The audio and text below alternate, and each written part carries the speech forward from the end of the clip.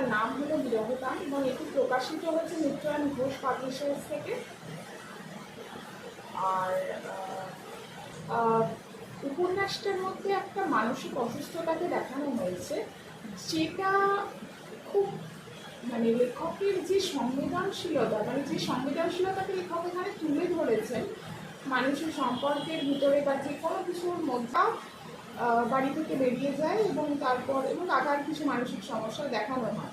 সেই মানসিক সমস্যাকে ঘিরেই পুরো গল্পটার মধ্যে দিয়ে উঠে আসবে সেই মানসিক সমস্যা। এবং আনমনার সাথে প্লাবনের সম্পর্কটা কিছু জায়গায় কোনো কোনো অদ্ভুত বাঁক নেবে এবং তার সাথে উঠে আসবে আরও কিছু কিছু জায়গা, কিছু সামাজিক জায়গা, কিছু এই মানসিক অসুস্থতার জায়গা। এবং প্লাবন খুব ভালো ছবি আঁকতো এবং এই আনমনা একটি সামাজিক প্রতিষ্ঠানে কাজ করতো।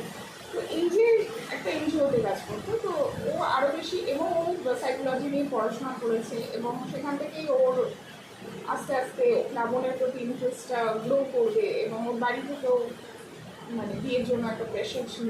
তো প্লাবনকেও প্রেশার দিল, কিন্তু প্লাবন কিছুটা পালিয়ে থাকতো এবং সব কিছুকেও বার করবে, করে ওদের সম্পর্কটা কীরকম জায়গায় যাবে সেইটা নিয়েই পুরো গল্প।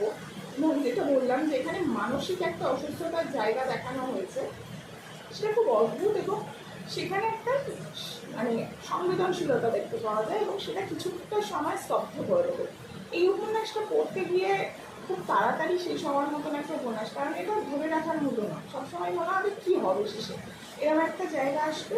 এবং বেশ ভালো লেগেছে পড়তে। তবে আমি একটা জায়গা যেটা উপন্যাসটা পড়তে গিয়ে বলবো, যেটা খুব বাস্তব একটা জায়গা, যে উপন্যাসটাকে আমার খুব একটা বাস্তবসম্মত লাগেনি, কিছু কিছু জায়গা আমার মনে হয়েছে একটু বেশি আবেগতাড়িত এবং একটু অবাস্তব।